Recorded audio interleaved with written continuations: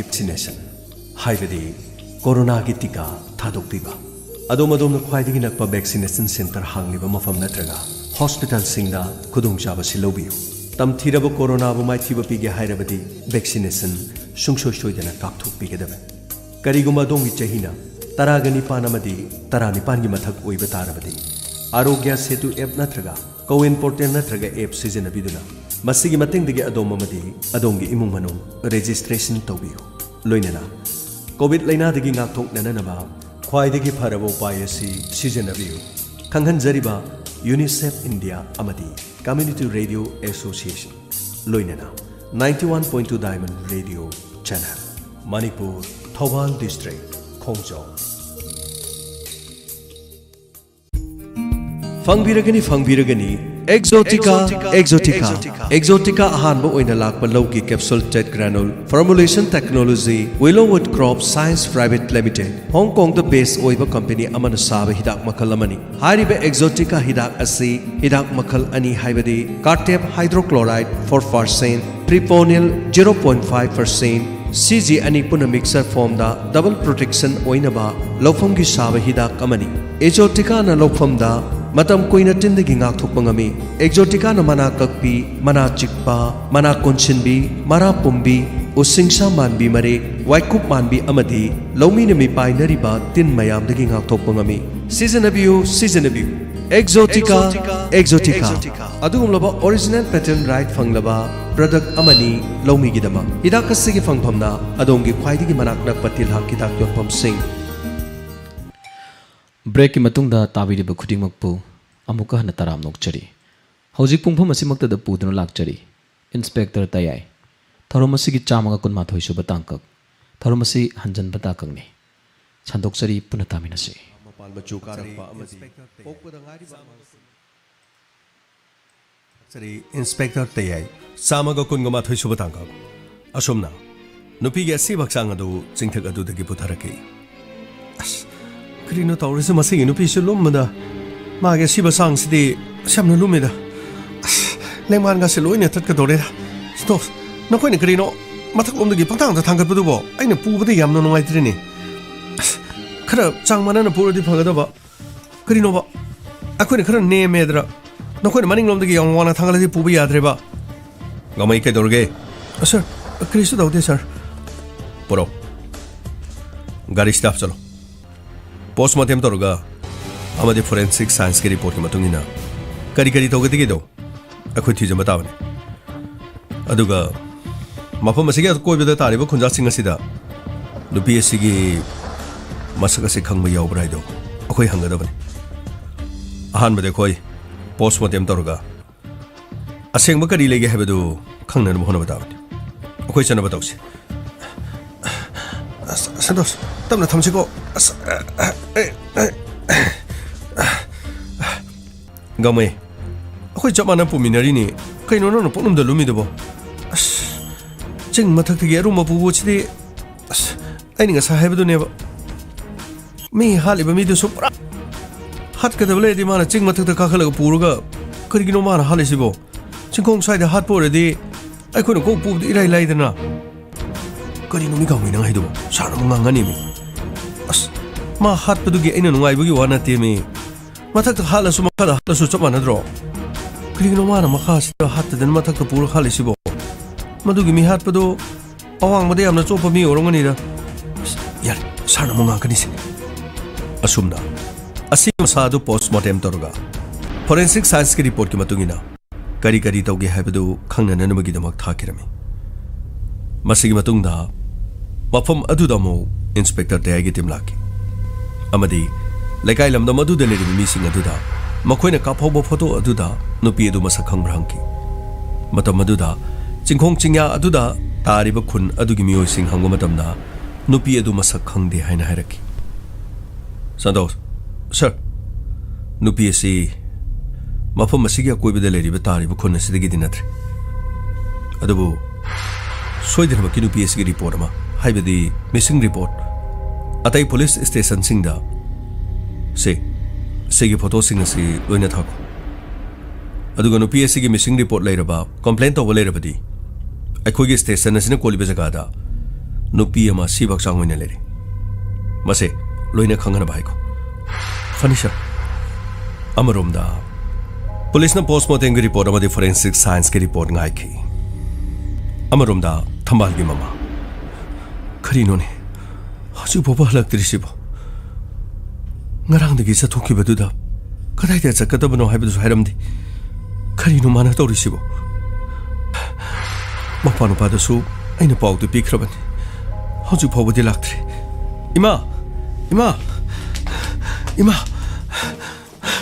kedorge bobi nangna pakhana haridu kedorge ima singo sigi khabar yor singo ma masdi yoripsi masigi photo singo kedorge 포토 시계 도르게 영호 포토 시도 우리 버시 퀴기 제니 와프머스 되게 해라처럼 갈래봐 당나보 콜러시기 징절 혹징도 마두기 마탁두다 토리 알라가 시라미 하이세 퀴기 제 오랑머니 퀴세는 세프 피조 마삭제 수이들 먹겨 퀴지 오랑머니 카이노 하이세 보보비 카리노 마랑 가랑 되게 할락도 부두가 하려디 시부 좀 먹으라 해봐 이마 아이 거기 police station 살게 아두가 아이 카리노 하이브도 예응하게 마시기 더벅세 수이들 먹기 보리스는 또 보름은 이마 마나 보이러버수 아무나 보이러버수 이제는 할락더버시가 아두가 시부 마사원이 열어버시가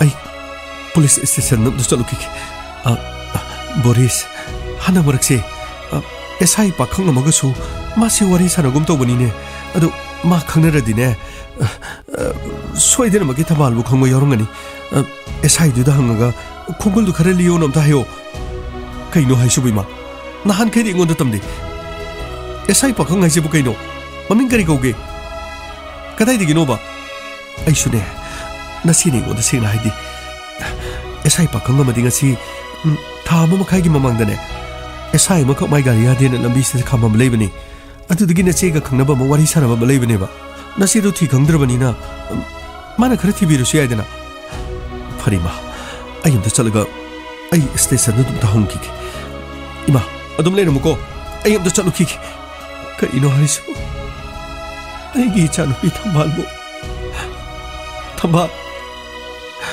karino thorisu bo ima bo masigi matungda Bobby police station adu laki sir amta sangjarki karino kari hege sir slimyo sidi yoriba photo se aigi je pomina bi thambalni thangnabu college gi chingda thori anduna sirami haibra keno pahu sidi yoropani madu oromoida mi atopo oromani da noigi na sebu 시베 짤라니가 나 하라마 레브로 서 아이디나 마케 호스텔 레이저버니 요마드다 코 이마 레이버니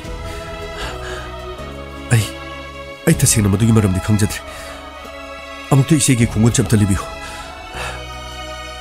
노이기 나세 오로모이다 아토파미 오로모수 야이다 나세도 첸마 종마 강나 자나버다 첸키바 종키보 오로모수에 라고 nga이코다 서 마시드 우리 번호 비시 마나 셀리버 비조 아이기 세니 핵셋 서 야르가디 이세게 생목 강나는 거기다 막 목도 혼나비오 서 아이기 밍 보비 이세게 마밍 탐발 아무도 야르가디 마키 공고 칠리비오 야레 아코이 마포 마시드네 아두고 머리 포르 마타 레티 아두부 까리고 마칭 나블레라수 까리노도 코 예노 모나르게 아두고네 पाउ लेरदिनो खोइदा हारप यानाबा नंगी phone number म साइरम हजु भोगी दियो खोइदा सिगु ममता लेति चलो sir यारगति Sarna मफम मदुद पाउ Matang लोबियो canoe नंगाइ दुबो अखोइ थबक सिनंग तोरगेरो अखोइगी थबक सिनंग तोरगेराबा आइना लेतिदना अखोइना ने मफम असिदा थबक तोरइसे सिगु मके आसे थेनदना लाब अदुगा अखोइबा लानो होनगनो सर मधुगिदमक्ता नथि यारगदि इचेगे चुमसि खंगननबगिदम थंगनब पुलिस स्टेशनदगी पाउ मत लोबियु कैदोबगी अखोइना हाइबसिदा थाजद्रगना मफम अदुद नंग चलगा पाउ लोरुगे हाइब्रो नोइना पाउ लोगेना मफम दु चलोने चलो नखोइ मफम दु चलो पाउ लोसो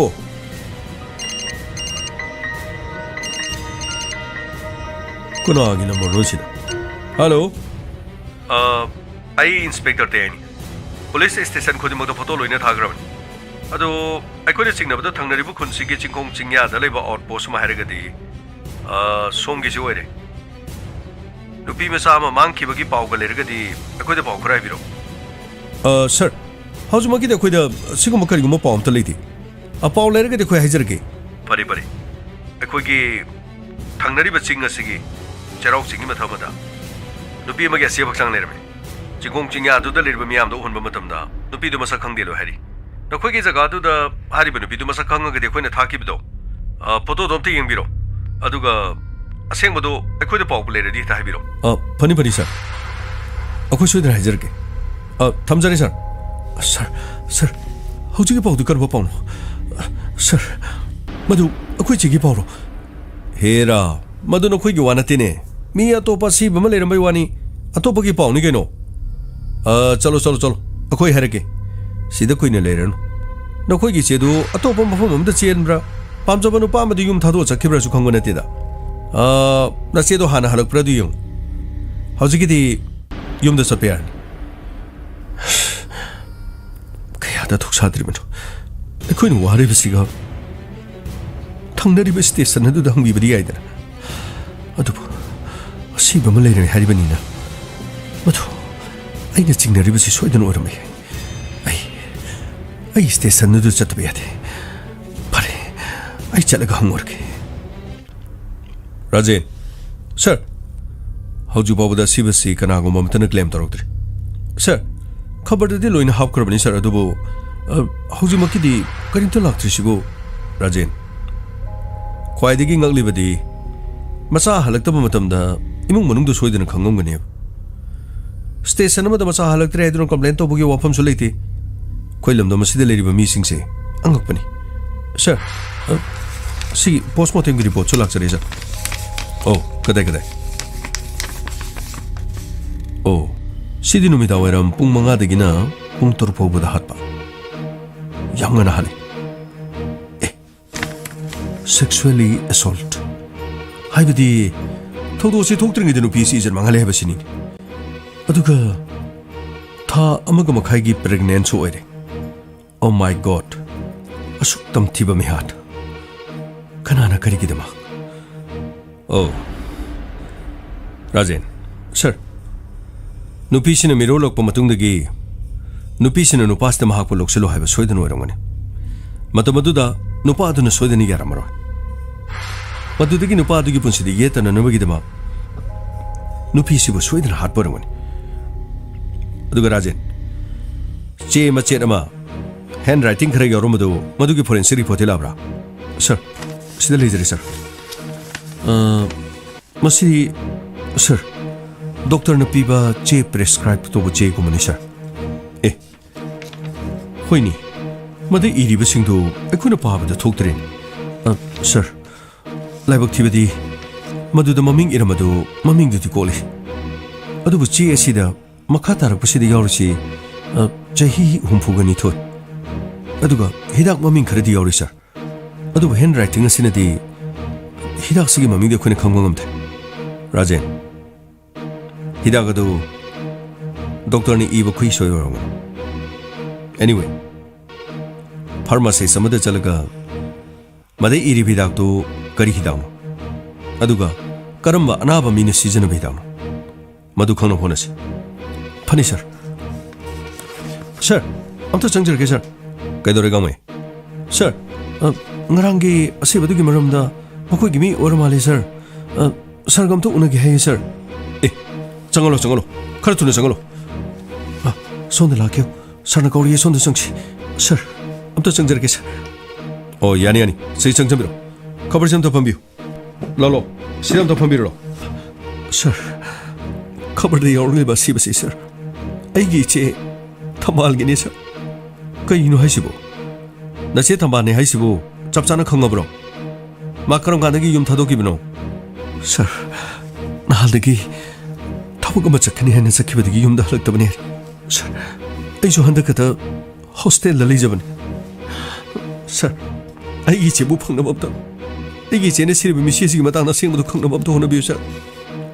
ꯑꯝꯇ ꯉꯥꯏꯕꯤꯈꯣ ꯁꯣꯝꯒꯤ ꯃꯤꯡ ꯀꯔꯤ ꯁꯔ ꯑꯩꯒꯤ ꯃꯤꯡ ꯕꯣꯕꯤ ꯕꯣꯕꯤ 이세씨 그만이 떠보노 하이브디 용마시대기 마하나 토크리버시 가리 떠보 토키버노 아두가 마하 가리 떠위 타벅 떠보라 용도 좀나 레이브라 레이사비라 먹으러 가리 놈다 해비오 서 아이기 제 용팔로리 자히 아니롬 파레 용마시대 레라파 마하기 맘이 때문에 짜오데 누파 마용디 하나 더버데기 마하고 옷비네 비럭버데기 카이나럭거리 오 अदुदी नंगी नचे लोरी बनु पादुगी ममिंग दी करी कोबा सर बोरिस कोवे ओ अदुदी मखोगी एड्रेस अदुगा मखोगी अपोकपा से सिदा लोइन इरम फनी सर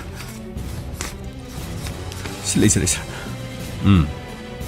अदु नखोगी नचे लो बनु पासदे मागी नंबर खंगरो सर चही अनि रोम फारबनिना मागी नंबर दसो खोई खंगद्रे अदुदी नखोगी नचेगा माका पाव फाउनब्रो सर अइगी चे थंभालगा मागी नुपागा पाव फाउनबा इ खंगदे आइसु युमचे थातुरबा थाखर पारे हानदि युम मसिदि इसे खोइगा पुनना लेरमदि अदुबु इचेन आइबु मी ओइनबा लारिक मखा तमगदबनि हाइदुना आइसु इम्फाल दा लेइदुना हॉस्टेल अमदा लारिक तमदुना लेबनि अदुबु ngasi ayuki khabar parabo matamda ai इचेगी सक्तम उरपदगी मागी नंबर अदुदु कॉल थोकी अदुगा स्विच ऑफ लाइक मदुदगी इ लेफम खंगदना युमदा चेलक्तुना इमादा पॉक्सी तमनगा थंगनबा खुगी पुलिस आउटपोस्ट अमा लई मदुदु चतुना वाकलुरे अदु मखोइना के अथोइ बिरक्ति मदुदगी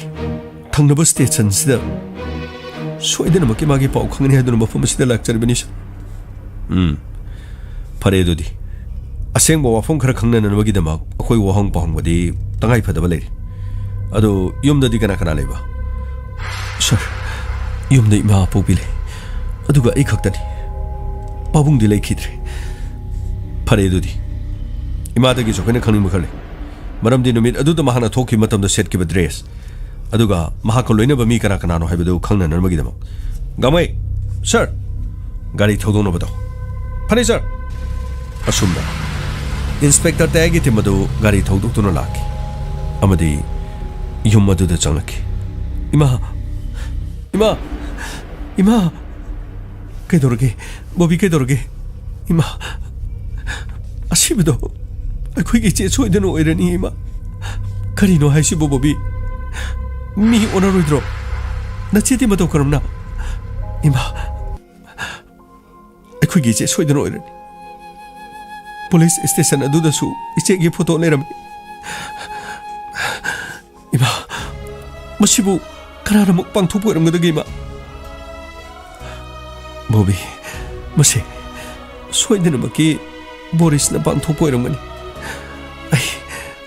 आई बोरिस पु यामना चिकने इमा अमता गाइफिको बोरिस हाइसी इचानो पिलोगो नुपादोनेसु अखोइजु खंगजरे अदो थौदो असिदा बोरिसना हापो रंगने हाइसी माना खंग करिगे लेगे इबुंगो मखोइगी युम मदुदगी चानु पिबु तानथोरखिबनी अदु मदुगी थोंग अदुदगी बोरिसकी ममा मापा सगै नाते लागा इबुंगो सिदा वातानाकी मदुदगी खना चेने बथोकी थौदो अदुदगी थंबालगी मपा बुंसु हार्ट अटैक ओइदुना महकसु ताइबंग पानथादो तुना चक्रबनी नि बुंगो इमा मदुगी दियाम नुंगाइते अदुबु इमा होइना खंगबदा बोरिसका इचानुपि थंबालगा पाउ फाउनबा सिबु लेब्रो इबु मदुदी आइसु खंगथे अदुबु नुमिदांगी मतमददी महक मी अमगदी वारि साने ओ अदुदी माना वारि सानैसे कनानो हाइबदी माना सु सब चाना खंगद्रे इबु मदुमदी इमाना मुना खंगद्रे इमा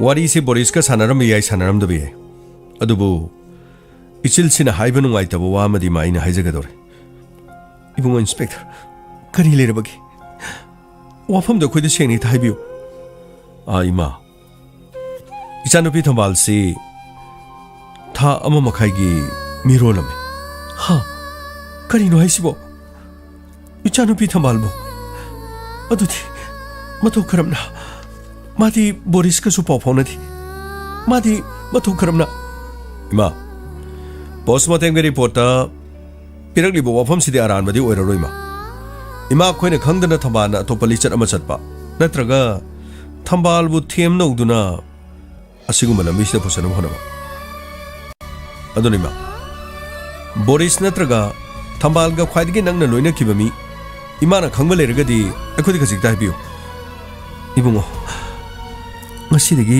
ꯊꯥ ꯑꯃ ꯃꯈꯥꯏꯒꯤ ꯃꯃꯥꯡꯗ ꯑꯦꯁꯥꯏ ꯑꯃꯒ ꯃꯍꯥꯛꯀ ꯈꯪꯅꯈꯤꯕꯗꯤ ꯂꯩ ꯃꯍꯥꯛꯀ ꯍꯦꯛ ꯏꯆꯝ ꯆꯝꯅ ꯋꯥꯔꯤ ꯁꯥꯟꯅꯕꯁꯨ ꯏꯃꯥꯅ ꯇꯥꯏ ꯑꯩꯗꯤ ꯃꯁꯛꯁꯨ ꯈꯪꯍꯧꯗꯦ ꯍꯛꯆꯥꯡ ꯉꯝꯗꯕꯗꯒꯤ ꯐꯃꯨꯡꯗ ꯅꯥꯗꯨꯅ ꯂꯩꯕꯅꯤꯅ ꯅꯣꯡꯃꯇ ꯊꯣꯛꯑꯒ ꯃꯍꯥꯛꯀ ꯋꯥꯔꯤꯁꯨ ꯁꯥꯟꯅꯍꯧꯗꯦ ꯑꯗꯨꯒ ꯌꯨꯝ ꯑꯁꯤꯗ ꯌꯥꯝ ꯇꯣꯏꯅ ꯂꯥꯛꯈꯤꯗꯦ ꯃꯃꯥꯡꯗ ꯑꯃꯨꯔꯛ ꯑꯅꯤꯔꯛ ꯂꯥꯛꯈꯤꯕꯗꯣ 마수 폴리스 스테이션마다 타박 따위 하이보 와폼 하이 어도 이봉어 마나 폴리스 오이바니나 턱도 가시디 마항문을 떠롱가니 하이보도 에이슈 타자바 레이티 이마 폴리스 아두가 이자누비 타만가디 와리 사나바 테테 까리까리까리 이마나 강물레게 이봉어 인스펙터 아이나 강마다디 아사탁 아이기 히닥 랑탁 까피락버수 야오크리 마시나타나 이디 마밍 까리 까위 아두가 Mama mapana kadaydigino madumada ay chap sana khangti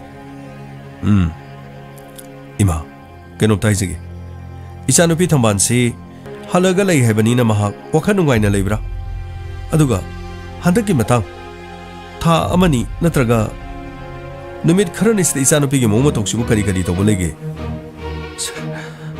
ichanupi do matam koina no lutre adugune mahak handakti amna noi 누미당 코딩쇼 많은 와리 사버도 녹또는 와리도 먹사 아이쇼 와리 사례 해버디 강 거리 하이너리버노 까나가 사나리버노 마도무디 아이 강공감대 파리마 보비 서 탐발기 마키 폰 넘버 레러버디 아코드 폰 넘버 비요 아시버 마살레라 몬포마두다 폰 넘버 따라람디 마기 넘버도 비럭러버디 아코니 인베스티게이션 하시다 콩리 그래 두거니 Sir.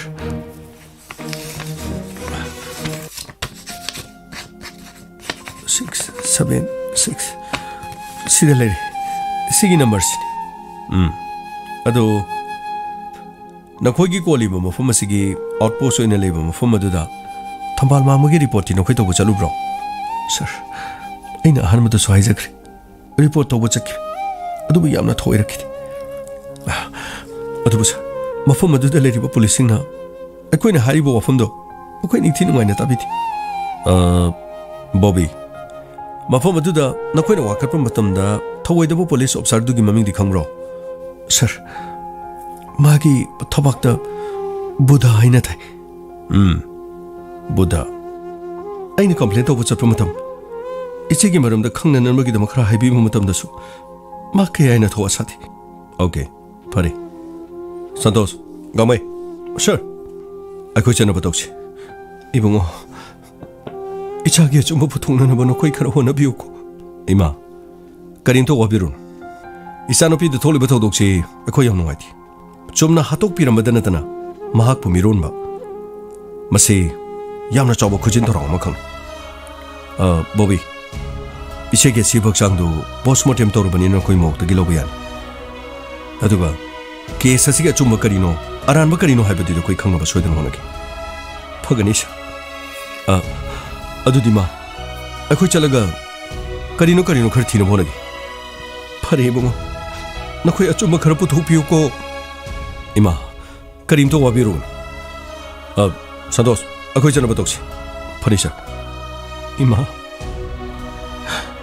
अखोई सिने तोरोमिसि बु करिनो थाम मखाई गी मिरोन बा अदुगा नुपा अदुनु कना अदुगी मा एसाई मपलिबो वफमसिबो मसिना कदाय फावबा इबुंगो एसाई दुदी काहेनबो मफम मसिदा लाखिदे अदुगी माना एसाई मम पनसलिदुबो मागी ममिंग पनसलेना मु अखोइदमु इबुंगो माननी हाइबदी हाइदेदना अदुबो पुलिसना हंगपनिनि मासु खुमदे याददना खुमबनी सागैगिने ahalaman sing mayam si kauro na sige si baksang do lawro si aroy boy na sige may thong do mong tangyang jak chalo sagay ahalaman sing pao piro tamba imagi bema nang natawri si mo kanino tamba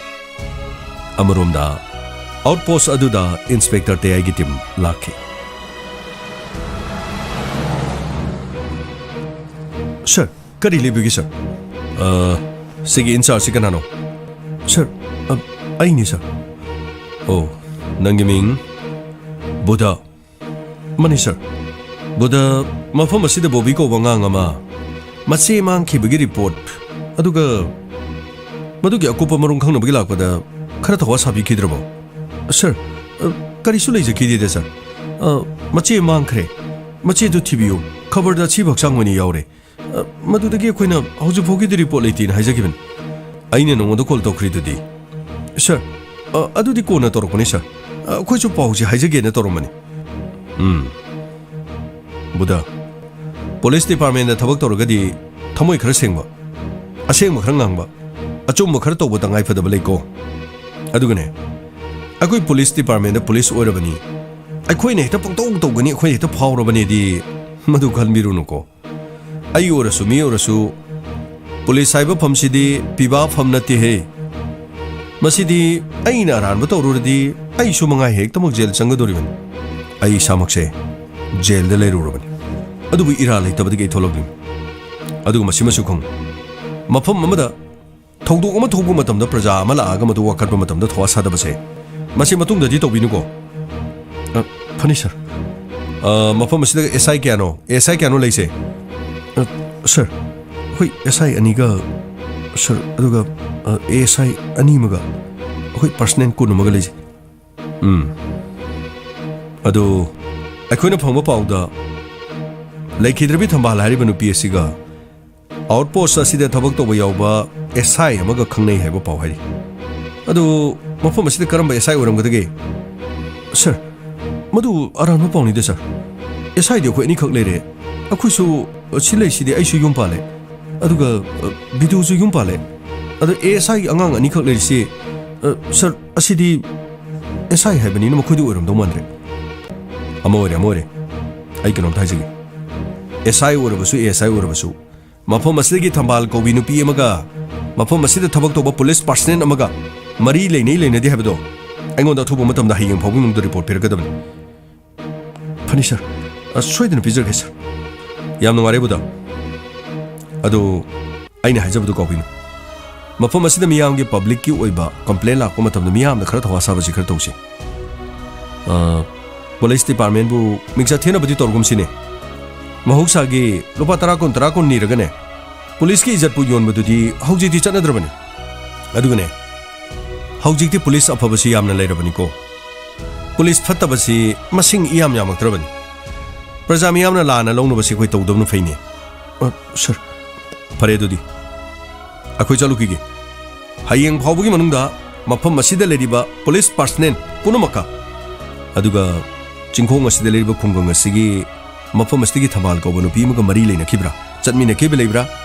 Kari leikige do sengba details tingon pirkadam. Funny sir. Gamai. Sir. Gari thoro. Funny sir. Masigi matungda gari thoro galaki. Maragasida gangmaina. Sir. Mukhui ki case asi yam logodori da sir. Kaidore gamai. Sir mukhui na panmadadi nupi dugo khangnaba magi hanagi nupa Boris Cyber sir. Madu nupa duna toborong ado malay da sir. Haujiksi imung aduda leriba thamalgi mamana police personnel ama panjala libase masini muluris. Anyway, Boris ki yumda chanaba tawsi. Santos, sir, moige address to yorba natro. Oh sir, laser sir. Okay, chalo. Asumna. Inspector Tayay Boris ki yumda satkirab. Yumasi ka nalage. Yumasi po ka nalage. Oh, sir. Kari. Oh. Somla Boris, ay siya. Mani, sir. Police ꯁ꯭ꯇꯦꯁꯟꯃꯛꯇ ꯆꯠꯁꯤ ꯀꯔꯤꯒꯤꯅꯣ sir ꯀꯔꯤ ꯃꯔꯝꯒꯤ ꯍꯥꯏꯕꯕꯨ ꯍꯧꯖꯤꯛ ꯐꯥꯎꯕ ꯑꯗꯣꯝꯒꯤ ꯅꯨꯄꯤ ꯊꯝꯕꯥꯜ ꯂꯩꯈꯤꯗ꯭ꯔꯦ ꯍꯥꯏꯕꯁꯤ ꯑꯗꯣꯝ ꯇꯥꯗ꯭ꯔꯤꯕꯣ ꯁꯔ ꯃꯗꯨꯒꯤ ꯋꯥꯐꯝꯗꯨꯗꯤ ꯑꯩꯈꯣꯏ ꯊꯥꯖꯗꯦꯅ ꯅꯪꯗꯤ ꯀꯗꯥꯏꯗꯒꯤ ꯇꯥꯅꯤ ꯅꯨꯄꯤ ꯑꯗꯨ ꯅꯈꯣꯏꯒꯤ ꯏꯃꯨꯡꯗꯒꯤ ꯅꯈꯣꯏ ꯃꯌꯥꯝ ꯆꯪꯗꯅ ꯇꯥꯟꯊꯣꯛꯈꯤꯗꯥꯏꯅꯦ ꯅꯨꯄꯤꯗꯨ ꯀꯔꯝ ꯀꯥꯟꯗ ꯁꯤꯔꯗꯤ ꯅꯪ ꯑꯃꯨꯛ ꯍꯟꯅ ꯂꯨꯍꯣꯡꯕ ꯐꯪꯒꯗꯒꯦꯅ ꯅꯪ ꯈꯟꯗꯅ ꯂꯩꯕ ꯑꯣꯏꯔꯝꯒꯅꯤ ꯀꯅꯥꯅꯣ ꯂꯥꯛꯏꯗꯨꯕꯣ 이모, 인스펙터, 거리 떠오래. 보리스키아 보보래. 마니, 거리 레리 해비오. 이사노 파시 폴리스 스테이션에 보도비야드레. 거리기니나. 마나 거리 란마기. 마나 란발란다 바이두디 아생모도 폴리스 스테이션에 강하니. 유마시기 마오이람비 탐바. 자라옥 지금마기 마탁다 타우리야 너는 시람. 거리노 하시고. 아두디 ꯃꯈꯣꯏ ꯏꯃꯨꯡꯅꯁꯨ ꯄꯥꯎ ꯄꯤꯔꯛꯇꯦꯅ ꯑꯩꯈꯣꯏꯒꯁꯨ ꯏꯆꯥꯅꯨꯄꯥꯒꯁꯤ ꯀꯣꯔꯠꯀꯤ ꯑꯣꯏꯕ ꯆꯦ ꯆꯥꯡꯗꯗꯤ ꯋꯥ ꯂꯣꯏꯁꯤꯟꯅꯕꯁꯨ ꯂꯩꯇ꯭ꯔꯤꯕꯅꯤ ꯑꯩꯈꯣꯏꯗꯗꯤ ꯃꯈꯣꯏ ꯏꯃꯨꯡꯅ ꯄꯥꯎ ꯄꯤꯔꯛꯇ꯭ꯔꯤꯁꯤꯅꯗꯤ ꯃꯁꯤꯕꯨ ꯑꯩꯈꯣꯏꯕꯨ ꯏꯔꯥꯜ ꯂꯩꯕ ꯇꯥꯍꯟꯅꯕꯒꯤꯗꯃꯛ ꯉꯥꯏꯈꯣ ꯌꯨꯝ ꯑꯁꯤꯗꯒꯤ ꯃꯇꯧ ꯀꯔꯝꯅ ꯊꯝꯕꯥꯜ ꯂꯥꯛꯈꯤꯕ ꯃꯗꯨꯒꯤ ꯋꯥꯔꯤꯗꯣ ꯑꯩꯈꯣꯏꯁꯨ ꯅꯨꯄꯤ ꯃꯌꯨꯝꯗꯩ ꯈꯔꯗꯤ ꯇꯥꯖꯔꯦ ꯑꯁꯦꯡꯕꯗꯤ ꯀꯔꯤꯅꯣ ꯍꯥꯏꯕ ꯑꯩꯈꯣꯏ ꯈꯪꯗꯦ ꯑꯃ ꯑꯣꯏꯔꯦ ꯍꯧꯖꯤꯛꯁꯤ ꯅꯨꯄꯤ ꯃꯆꯥꯗꯨ ꯊꯧꯔꯤ ꯌꯥꯟꯗꯨꯅ ꯁꯤꯔꯝꯃꯕꯅꯤꯅ ꯃꯍꯥꯛꯀꯁꯨ ꯂꯩꯃꯤꯟꯅꯗ꯭ꯔꯕ ꯃꯥꯒꯤ ꯃꯄꯨꯔꯣꯏꯕꯗ ꯁꯁꯄꯦꯛ ꯑꯣꯏꯕ ꯑꯁꯤꯗꯤ ꯃꯁꯤꯗꯤ ꯍꯧꯅꯁꯥꯅꯤ ꯑꯗꯨꯒ ꯑꯃꯅ ꯅꯨꯄꯤ ꯃꯆꯥꯗꯨ ꯊꯥ ꯑꯃꯒ ꯃꯈꯥꯏꯒꯤ ꯃꯤꯔꯣꯜ ꯀꯔꯤꯅꯣ ꯍꯥꯏꯁꯤꯕꯣ ꯃꯗꯨꯗꯤ ꯑꯩꯈꯣꯏꯒ ꯀꯔꯤꯝꯇ ꯃꯔꯤ ꯂꯩꯅꯗ꯭ꯔꯦꯗ ꯃꯁꯤꯅꯤꯅꯦ ꯀꯌꯥ ꯃꯗꯨ ꯂꯝꯆꯠ ꯁꯥꯖꯠ ꯐꯔꯣꯏꯗ ꯃꯗꯨ ꯈꯪꯂꯛꯄꯗꯒꯤ ꯑꯩꯈꯣꯏꯅ ꯃꯥꯕꯨ ꯉꯜꯂꯤꯉꯩꯗꯒꯤ ꯇꯥꯟꯊꯣꯛꯕ ꯍꯥꯏꯕꯁꯤꯅ ꯑꯩꯈꯣꯏꯒꯤꯗꯤ ꯃꯥꯏꯁꯤ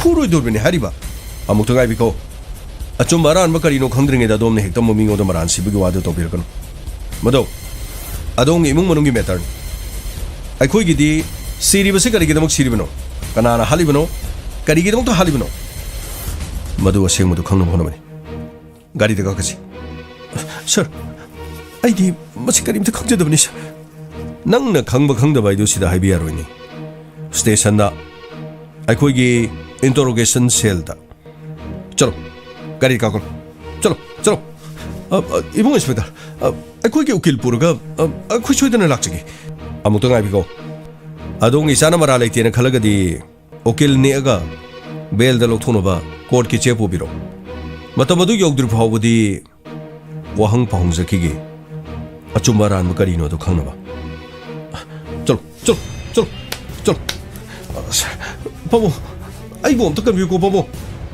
이봉어 아이 소이드는 라카니 이빠 소이드는 라카니고 아솜나 폴리스 스테이션 너도다 부기라미 보리스 아생바 하이호버시는 ನಂ기 콰이디기 파니 아무도 생나요 마토 그러면 는 더 말하더노 서 마가 이게 용기 토도와 통마차 크르 토프드기 마가 이거 와로치네드는 카이너가 레비니 아두부 아이는 마부 핫부기 말음디 मसीका शुलेती होइनी सोइबदगी हालिरो अदुगा मिरोलमनि बसिनदी सोंगीचा सर अइना हारिबे सोंगतो थाजबियो माने युमसिदगी अखुइबु थादोक्तुना चटकेबदुदगी मागे इगो वारि सनाबो सुलेती मागे इगो नबो सुलेती करिगि उनद्रिबा मिमांगदो लोहोंगदुना लोरुबनो पिदुबु नंगना खाइनानिङेने त खानायाब्रो आयनगी चेरा करी लेसिन खंद्रो नंगना खलिना नुपीदु पामद्रे नुपीदु थादोख्रगा अतोप नुपी मे लोहोंगे सिरो अय नंगी इमागा पापुंगना नंगी अनिसुबा लोहोंनबगे सिलमोदो मरम लेथि सेंगना हायो करी मरमगे हातनो अदुगा मिरोलिबा सिनंगी ना सानात्रो सर असेंगनि केदोबगे आइना हाइजरिबिसि मुक्ता थाजबि केदोबगे अय मागे इगनुसिनबा अदुबु लुहोंलबा मतुंगदे इमा इपाना मागी मौ मतौसि पामक्तबदगी आइगोंदे यामना कनबा प्रेशर मा पिकी अदुबु सर अय माबु चलो हाइबदि आइना तानखिदि अदुबु मांग मसाना याना चटखिबनि मदुगी मतुंगदा नोंमा मखोइ मुंगदा वालो सेनेनमगी अहलमन चटखि अदुबु खना चेनबगी थौदो मथोकी मदुदा महाकी अपोप हार्ट अटैक तोरपदगी हॉस्पिटल दुम लेखिदे अदुबु सर ꯊꯧꯗꯣꯛ ꯑꯗꯨꯗꯒꯤ ꯑꯩꯈꯣꯏꯁꯨ ꯉꯁꯤ ꯐꯥꯎꯕ ꯃꯥꯏ ꯈꯨꯗꯨꯅ ꯂꯩꯔꯤꯕꯅꯤ ꯍꯥꯏꯔꯤꯕꯁꯤꯡꯁꯦ ꯑꯁꯦꯡꯕ ꯑꯣꯏꯔꯦ ꯑꯩꯈꯣꯏꯅ ꯄꯥꯏꯔꯤꯕ ꯆꯩ ꯑꯁꯤꯅ ꯀꯟꯊꯔꯕꯗꯤ ꯑꯁꯦꯡꯕ ꯈꯔꯗꯤ ꯊꯣꯔꯛꯀꯅꯤ ꯈꯜꯂꯤ ꯑꯗꯣ ꯀꯔꯤꯒꯤꯗꯃꯛꯇꯅꯣ ꯊꯧꯕꯥꯜ ꯍꯥꯠꯂꯤꯁꯦ ꯁꯔ ꯑꯩꯅ ꯍꯥꯏꯖꯔꯤꯕꯁꯤ ꯊꯧꯕꯥꯜ ꯑꯩꯅ ꯍꯥꯠꯄ ꯅꯠꯇꯦ ꯁꯔ ꯑꯩꯕꯨ ꯊꯥꯖꯕꯤꯌꯨ ꯁꯔ ꯍꯩ ꯆꯨꯝꯅ ꯍꯥꯏꯒꯦꯔꯥ ꯍꯥꯏꯔꯣꯏꯔꯥ ꯁꯔ ꯑꯩꯅ ꯍꯥꯏꯖꯔꯤꯕꯁꯤ ꯊꯧꯕꯥꯜ ꯑꯩꯅ ꯍꯥꯠꯄ ꯅꯠꯇꯦ ꯁꯔ ꯊꯧꯕꯥꯜ ꯅꯪꯅ ꯍꯥꯠꯄ ꯅꯠꯇꯦ ꯈꯨꯡꯒꯪ ꯅꯨꯄꯤꯅꯤ ꯆꯥꯎꯈꯠꯇꯕ ꯅꯨꯄꯤꯅꯤ ꯑꯩꯈꯣꯏꯒꯤ ꯏꯆꯨ ꯃꯥꯟꯅꯗꯦ ꯃꯁꯤ ꯅꯠꯇ꯭ꯔꯣ ꯑꯩ ꯄꯨꯂꯤꯁ ꯁ꯭ꯇꯦꯁꯟ ꯑꯁꯦ ꯃꯁꯤꯗꯗꯤ ꯂꯥꯏꯔꯕ ꯏꯅꯥꯛ ꯈꯨꯟꯕ ꯈꯥꯏꯗꯦ ꯃꯤ ꯑꯉꯧꯕ ꯑꯃꯨꯕꯁꯨ ꯈꯥꯏꯗꯦ ꯖꯥꯠ ꯕꯤꯖꯥꯠꯁꯨ ꯈꯥꯏꯗꯦ ꯃꯐꯝ ꯑꯁꯤꯗꯗꯤ ꯑꯆꯨꯝꯕ ꯑꯃꯗꯤ ꯑꯔꯥꯟꯕ ꯑꯅꯤꯁꯤ ꯈꯛꯇꯅꯤ ꯇꯣꯉꯥꯟ ꯇꯣꯉꯥꯟꯅ ꯈꯥꯏꯔꯤꯕ ꯃꯐꯝ ꯑꯁꯤꯗꯗꯤ ꯑꯇꯣꯞꯄ ꯀꯔꯤꯒꯨꯝꯕ ꯑꯝꯇ ꯈꯥꯏꯕ ꯂꯩꯇꯦ ꯐꯔꯦ ꯉꯥꯏꯍꯥꯛꯇꯪ ꯄꯣꯊꯥꯎ ꯉꯥꯏꯍꯥꯛ ꯂꯩꯔꯕꯗꯤ ꯅꯪꯒꯤ ꯑꯄꯣꯛꯄ ꯅꯄꯥꯅ ꯅꯪꯕꯨ ꯕꯦꯜꯗ ꯂꯧꯊꯣꯛꯅꯅꯕꯒꯤ ꯆꯦ ꯆꯥꯡ ꯄꯨꯔꯒ ꯂꯥꯛꯀꯅ ꯈꯜꯂꯤ ꯅꯪꯒꯤ ꯅꯄꯥ ꯂꯥꯛꯇ꯭ꯔꯤꯉꯩꯗ ꯅꯪꯒꯤ ꯅꯔꯨ ꯅꯌꯥꯡ ꯑꯗꯨ ꯇꯛꯅꯅꯕꯒꯤꯗꯃꯛ ꯑꯩ ꯃꯤ ꯊꯥꯖꯤꯜꯂꯛꯀꯦ ꯁꯔ ꯑꯩꯅ ꯍꯥꯏꯖꯔꯤꯕꯁꯦ ꯑꯆꯨꯝꯕꯅꯤ ꯁꯔ ꯑꯩꯅ ꯊꯧꯕꯥꯜꯕꯨ ꯍꯥꯠꯇꯤꯌꯦ ꯁꯔ ꯑꯩꯅ ꯊꯧꯕꯥꯜꯕꯨ ꯍꯥꯠꯄ ꯅꯠꯇꯦ ꯁꯔ ꯑꯩ ꯑꯃꯨꯛ ꯆꯪꯉꯨ ꯌꯥꯔꯗ ꯁꯔ ꯌꯥꯔꯦ ꯑꯗꯣ ꯐꯨꯕꯗ ꯈꯔ ꯆꯦꯛꯁꯜꯂꯨ ꯐꯒꯅꯤ ꯁꯔ ꯑꯩ ꯑꯗꯨꯝ ꯈꯪꯖꯩ ꯁꯔ ꯁꯣꯝꯒꯤ ꯃꯤꯡ ꯀꯔꯤ ꯍꯥꯏꯕ ꯁꯣꯝꯒꯤ ꯃꯤꯡꯗꯣ ꯕꯣꯔꯤꯁ ꯍꯥꯏꯕ ꯑꯁ ꯃꯃꯤꯡꯒꯗꯤ ꯐꯖꯩꯅꯦ ꯄꯨꯔꯥ ꯏꯪꯂꯤꯁꯀꯤ ꯃꯤꯡꯅꯤꯗ ꯇꯧꯔꯤꯁꯤ ꯈꯔꯅ ꯃꯤꯌꯥꯝꯒꯤ ꯃꯃꯤꯡ ꯊꯣꯟꯕ ꯈꯔꯅ ꯏꯪꯂꯤꯁꯀꯤ ꯃꯃꯤꯡ ꯊꯣꯟꯕ ꯅꯈꯣꯏ ꯃꯤꯇꯩꯒꯤꯗꯤ ꯑꯃꯠꯇ ꯊꯣꯟꯕ ꯌꯥꯎꯗ꯭ꯔꯦ ꯅꯈꯣꯏꯒꯤ ꯃꯤꯡꯁꯦ ꯑꯗꯣ ꯅꯪꯒꯤ ꯅꯃꯤꯡꯁꯤꯕꯨ ꯕꯣꯔꯤꯁ ꯍꯥꯏꯅꯁꯨ ꯀꯧꯔꯦ ꯑꯗꯣ ꯑꯩꯅ ꯅꯉꯣꯟꯗ ꯈꯪꯅꯤꯡꯕ ꯑꯃ ꯂꯩꯌꯦ ꯅꯪꯒꯤ ꯅꯃꯤꯡꯗꯨ ꯕꯣꯔꯤꯁ ꯀꯧꯕ ꯅꯠꯇ꯭ꯔꯣ ꯕꯣꯔꯤꯁ ꯀꯧꯕ꯭ꯔꯣ ꯅꯠꯇ꯭ꯔꯒ ꯕꯣꯔꯤꯁꯨ ꯀꯧꯕ꯭ꯔോ ꯕꯣꯔꯤꯁ ꯍꯥꯏꯕꯅꯤ ꯑꯩꯅ ꯆꯤꯟ ꯊꯤꯒꯅꯨꯗ ꯅꯈꯣꯏꯁꯤ ꯀꯔꯤꯅꯣ ꯕꯣꯔꯤꯁ ꯀꯧꯕ ꯃꯤꯁꯦ ꯕꯣꯔꯤꯁꯨ ꯀꯧꯏ ꯍꯥꯏꯅꯦ ꯑꯁꯤ ꯆꯨꯝꯕ꯭ꯔꯣ ꯅꯠꯇꯦ ꯑꯩꯒꯤꯗꯤ ꯕꯣꯔꯤꯁ ꯈꯛꯇꯅꯤ ꯑꯗꯨ ꯅꯈꯣꯏ ꯀꯔꯤꯅꯣ ꯅꯈꯣꯏ ꯁꯨꯃꯥꯡ ꯂꯤꯂꯥꯗ ꯕꯣꯔꯤ ꯇꯧꯕꯗꯨ ꯀꯔꯤ ꯇꯧꯕꯅꯣ ꯑꯗꯨꯅ ꯀꯔꯤ ꯍꯥꯏꯕ꯭ꯔꯥ ꯑꯩꯅ ꯐꯥꯒꯤ ꯁꯥꯕꯅꯤꯗ ꯅꯪꯒꯤ ꯅꯃꯤꯡ ꯑꯅꯤ ꯁꯨꯕ꯭ꯔꯥꯅ ꯈꯪꯒꯦ ꯇꯧꯕꯅꯤꯗ ꯑꯗꯨꯀꯣ ꯅꯪꯅ ꯅꯨꯄꯤ ꯃꯆꯥꯗꯣ ꯍꯥꯠꯀꯗꯕ ꯑꯣꯏꯔꯗꯤ ꯀꯔꯤꯒꯤ ꯆꯤꯡ ꯃꯊꯛꯇ ꯄꯨꯔꯣ ꯍꯥꯠꯄꯅꯣ ꯑꯗꯨꯝ ꯍꯥꯠꯄ ꯑꯗꯨꯝ ꯅꯪꯅ ꯍꯥꯠꯀꯗꯕ ꯂꯩꯔꯗꯤ ꯃꯈꯥꯗ ꯄꯨꯊꯔꯒ ꯑꯗꯨꯝ ꯍꯥꯠꯄ ꯌꯥꯗ꯭ꯔꯕ ꯁꯔ ꯑꯩꯅ ꯍꯥꯠꯄ ꯅꯠꯇꯦ ꯀꯅꯥꯅ ꯍꯥꯠꯄꯅꯣ ꯑꯩ ꯈꯪꯗꯦ ꯍꯩ ꯅꯆꯤꯟꯗꯨ ꯊꯤꯒꯅꯨ ꯀꯔꯤ ꯅꯆꯤꯟꯗꯨ ꯊꯤꯕ꯭ꯔꯥ ꯁꯤ ꯀꯔꯤꯅꯣ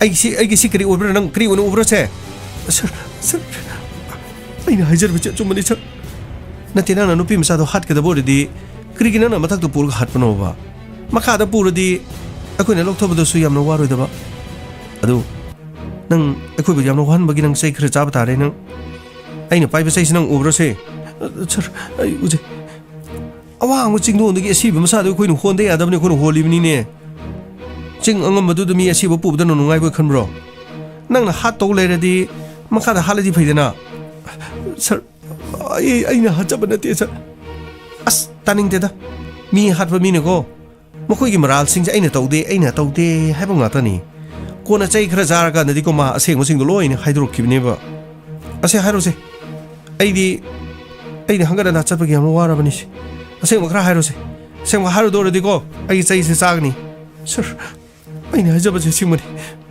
ꯑꯩꯅ ꯊꯧꯕꯥꯜꯕꯨ ꯍꯥꯠꯄ ꯅꯠꯇꯦ ꯁꯔ ꯑꯃꯨꯛꯇ ꯊꯥꯖꯕꯤꯌꯨ ꯀꯩꯗꯧꯕꯒꯦ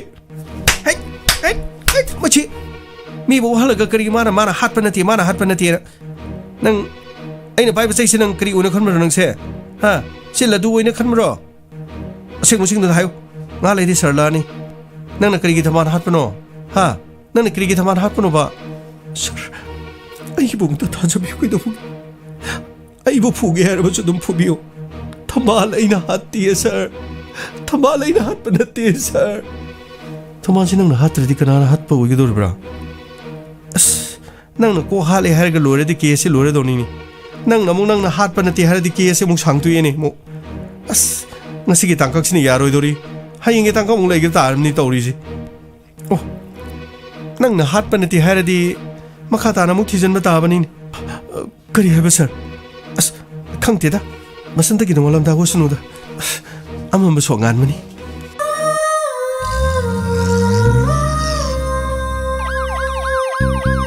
ꯂꯥꯛꯂꯦ Inspector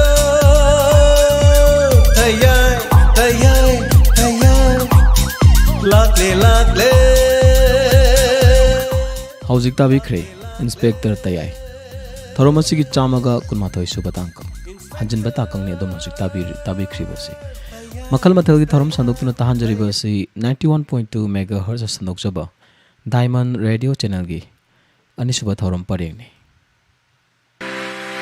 ꯑꯊꯨꯕꯒꯤ ꯑꯣꯏꯅ ꯏꯪꯈꯣꯜ ꯑꯃ ꯌꯣꯟꯖꯔꯤ ꯏꯪꯈꯣꯜ ꯑꯁꯤꯒꯤ ꯑꯄꯥꯛꯄ 75 ꯐꯤꯠ ꯂꯣꯏꯅꯅ ꯑꯁꯥꯡꯕꯗ 200 ꯐꯤꯠ ꯃꯐꯝꯅ ꯁꯥꯐꯝ ꯃꯃꯥꯡ ꯂꯩꯀꯥꯏ ꯑꯆꯤꯟꯕ ꯑꯃꯒꯤꯗꯃꯛ ꯊꯥꯗꯣꯛꯆꯔꯤ ꯄꯥꯝꯕꯤꯕ ꯃꯤꯑꯣꯏꯁꯤꯡꯅ 790-6649-799 ꯂꯣꯏꯅꯅ 9612-709783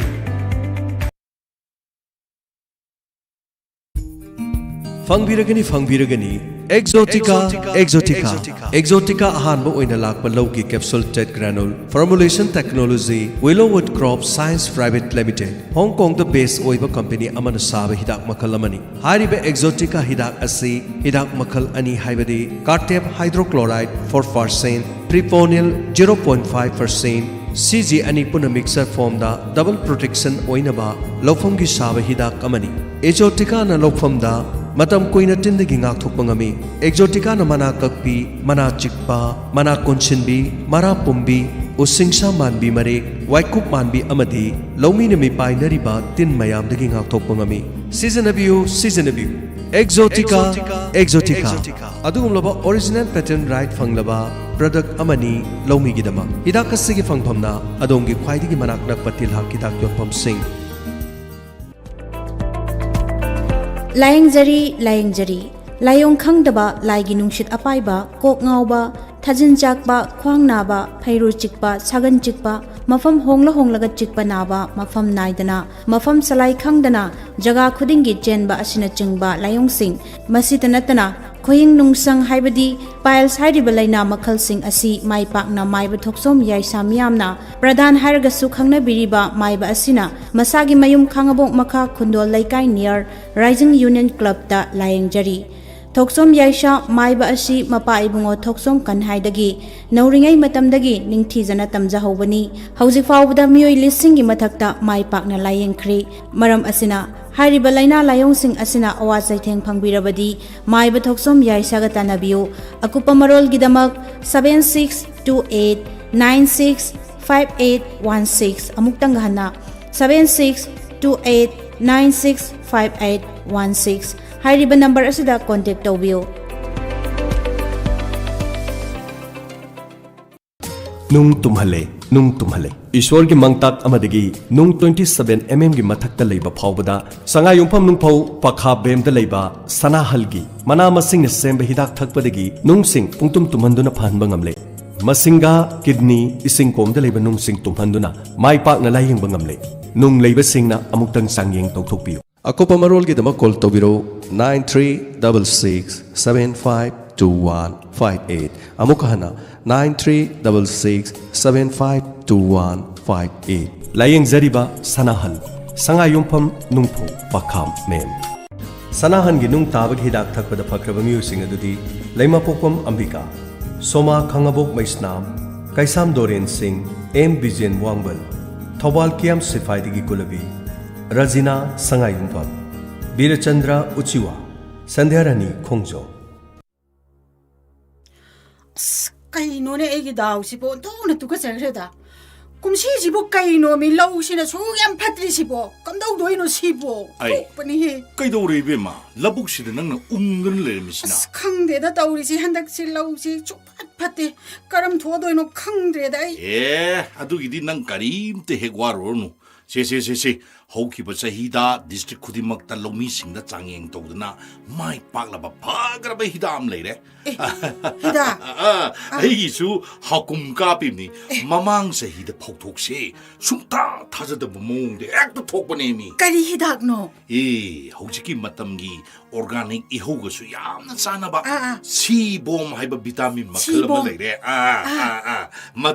ꯃꯗꯨ ꯑꯣꯏꯅ ꯑꯝꯇ ꯁꯤꯖꯤꯟꯅꯧ ꯃꯁꯤꯕꯨ ꯀꯥꯞꯄꯕꯗꯤ ꯅꯨꯃꯤꯠ ꯍꯨꯝꯅꯤꯗꯒꯤꯅ 8ꯅꯤ ꯐꯥꯎꯕꯒꯤ ꯃꯅꯨꯡꯗ ꯑꯍꯣꯡꯕ ꯁꯣꯏꯗꯅ ꯎꯕ ꯐꯪꯒꯅꯤ ꯑꯩꯅ ꯈꯪꯕꯗꯣ ꯍꯥꯏꯒꯦꯀꯣ ꯍꯥꯏꯕꯤꯌꯨ ꯁꯤꯕꯣꯝ ꯍꯥꯏꯕꯁꯤꯕꯨ ꯀꯥꯞꯄꯕ ꯃꯄꯥꯟꯁꯨ ꯑꯃꯣꯝꯅ ꯍꯦꯟꯅ ꯁꯥꯠꯂꯅꯤ ꯃꯔꯨ ꯆꯪꯉꯅꯤ ꯄꯥꯝꯕꯤꯁꯨ ꯃꯆꯥ ꯄꯣꯛꯍꯜꯂꯅꯤ ꯄꯣꯠꯊꯣꯛꯁꯦ ꯑꯉꯛ ꯃꯐꯪꯗ ꯍꯦꯟꯒꯠꯂꯅꯤ ꯃꯗꯨ ꯂꯩꯔꯨꯔꯣ ꯑꯗꯨꯒꯅꯦ ꯅꯪ ꯑꯝꯇ ꯀꯥꯞꯄꯒ ꯌꯦꯡꯉꯨ ꯃꯗꯨꯗ ꯅꯪ ꯈꯪꯗꯧꯔꯤꯅꯤꯀꯣ ꯑꯗꯨꯗꯤ ꯀꯗꯥꯏꯗ ꯐꯪꯉꯤ ꯑꯩꯁꯨ ꯂꯩꯗꯕ ꯌꯥꯗ꯭ꯔꯦ ꯑꯃꯨꯛꯇꯪ ꯁꯤꯖꯤꯟꯅꯗꯨꯅ ꯆꯥꯡ ꯌꯦꯡꯕꯤꯌꯨ ꯁꯤꯕꯣꯝ ꯐꯪꯐꯝ ꯊꯧꯖꯥꯜ ꯑꯦꯒ꯭ꯔꯣ ꯃꯅꯤꯄꯨꯔ ꯁꯒꯣꯜꯕꯟ ꯃꯩꯅꯧ ꯂꯩꯔꯛ ꯏꯝꯐꯥꯜ ꯋꯦꯁꯇ ꯅꯠꯇ꯭ꯔꯒꯅ ꯇꯤꯜꯍꯥꯠ ꯍꯤꯗꯥꯛ ꯌꯣꯟꯕ ꯗꯨꯀꯥꯟ ꯑꯃꯗ ꯍꯦꯛꯇꯃꯛ ꯐꯪꯕꯤꯒꯅꯤ कुमोन फिरोय हौखिबा चाहिदा लैखिद्रबा श्री सलाम कुलबिदु सिंहागी कुमोन फिरोय लाक्लिबा तांग 13 था 3 इंग लिसिंग अनि कुनगा माथोय इंगेंगी निपानी पानबा थांग नुमित थोकले नुमित असिदा श्री हरिगी चरणदा नाम संकीर्तन गे लोइनना अन्न उत्सव कचगदौरी मरम असिना हौजे हौजिक थेंगनरिबा कोविड 19 ना मरम ओइरगा इमुंग मनुंग सागैना तै खर खक्तमक पांगथोक सरगने हाइना खंगहंजरीबा सलाम ओंबी इबेतोन देवी लोइनबी सलाम इबोबी सिंह मचानुपा सलाम ओंबी पेनाउ देवी ममौनुपी तोकपसिंग लाइमांग लैकाय सिजनबियु भिरताको सेंजेंटा कंपनी की भिरताको फौगी मयोन चिकपी मना कुनसिनबी उतोंग मरेक अमदी वाहिंगना चिंगला तिन्ना सिंगबु पानबा ngamba भिरताको सिजनबियु पामहे लोफम द नुमित कुंथ्रानी दगी नुमित निफु मंगानी फावबगी मनुंगदा नत्रगा लिंख्रबा मतुंग नुमित 10 मंगानी दगी ना कुंथ्रानी फावबगी मनुंगदा सिजनबियु संगम अमा चाउबा लोफमदा भिरताको केजी अमा मखाई चंगनी भिरताको सिजनबना फौगी तिलना सिंगु इराई लाइना लाक्सिन मंगमता नतना फौगी मरा सुंखदहली साहु फहली अमदी पोथोक खेंगदहली फंगफम पांथोबी सिट हाउस खोयाथों पुखरी मपान अमदी अदोंगी मनाक नकपति लाकिदाक दुंफम सिंग सिजनबियु भिरताको Will rise, Seasonabio will rise. Will rise seasonabana. Lofom gitin mayam the king out pungami. Utong, Nungying, Maruchikpi, Manakakpi, Marek Amadi, Waikuman bitin Makal Kaya the king out pungami. Will rise seasonaban Haksang Sohan de Amadi, Sasan Jivada, Akaiba Karima Tapide, Loina Nalobuk the Lady Banga, Amadikana Jiva Sing the Akaiba Pide. Will rise Sangam Amagilo from the Kilo Om the Ginamari Power season of a yai. Seasonabio, will rise. Willowwood Crop Science Private Limited Company ki fara ba khudo. Fangpam na adong gi manak nak patil hakidak dompam sing. Seasonabio, Yai Lifestyle Private Limited ki food supplement. Registered under MCA, Ministry of Corporate Affairs. Hariba asigi product makal manga fangbigani. Ahanbada ionic mineral. Masigi kanaba sing cell therapy, BP, diabetes, arthritis, gout, sinus, pok chikpa, asthma, insomnia, anemia, loinana, skin yelena sing amadi makal makha kaya gi anaba sing. Ani subada women care. Nupi singi haksang kakta naba anaba makal kudima women care season abadi gi phan mangami. Ahum subada perfect plus maruina piles antioxidant immune booster blood glucose level da thambangamba.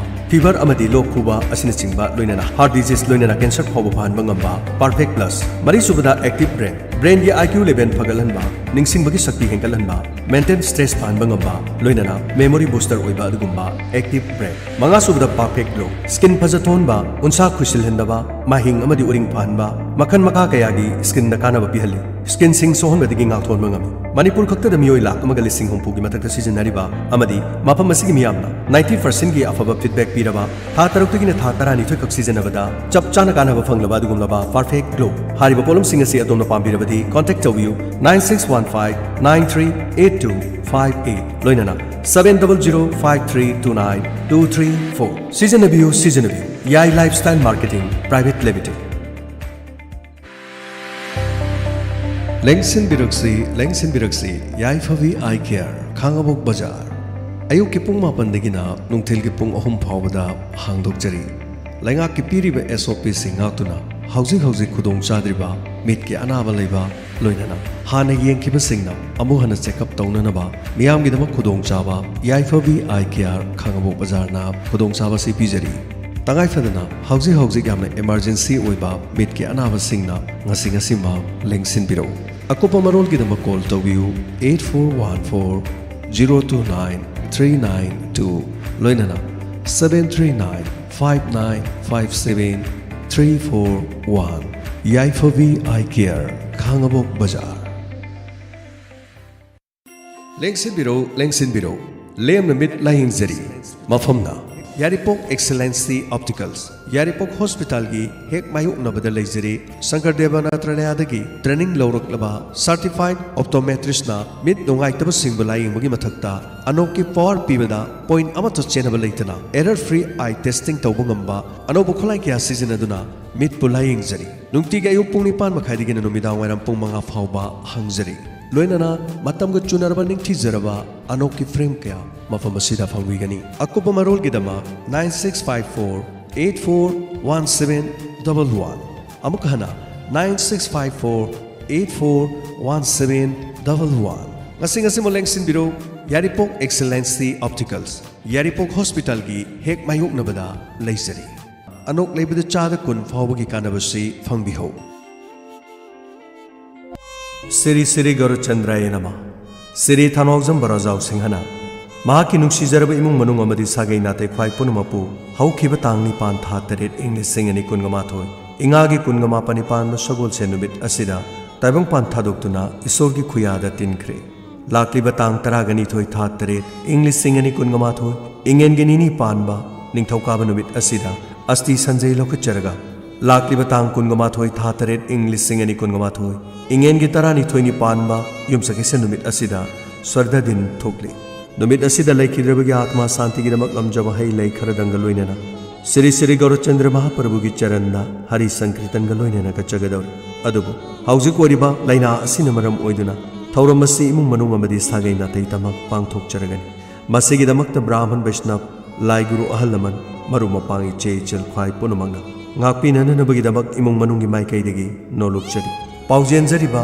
thaunaujam kala singh machanupa thaunaujam ongbi damenti devi mamongnupi takhelambam ongbi tabob devi machanupi laisram ongbi malemnganbi devi machanupi yaripok sifai lekai admission open 2021-2022 की base की GNM nursing अमदी दीफांग की seat लेजरी अथुबगी दमकता online अमदी direct admission कना लेजद्रब सिंगी दमकता ऑर्फान की ओइबा महिरोय मंगा की seat लेम मंगा थमजरी नर्सिंग अमदी दीफांग paramedical under the government of Manipur की डायरेक्ट एडमिशन नो इंटरव्यू अहानबदा diploma in echocardiography and cardiac cardiology 2-year course लोइनना महिगी था 12 पास फी यामना तारबा 100% जॉब फैसिलिटीज लेरबा इंस्टॉलमेंट सिस्टम की खुदोंग चाबल लेरबा registration fee sumata lupa lising manga Saina Institute of Medical Sciences SIMS Porompat branch and Chinikon Bishnupur hariba sigi damaka 10 fast qualification course diploma in radiology and imaging technology ultrasound MRI CT scan X-ray and ECG diploma in medical laboratory take DMLT diploma in operation theater technology OD diploma in medical sterilization diploma in dialysis diploma in dental technician male amadi female की health worker diploma in electrocardiography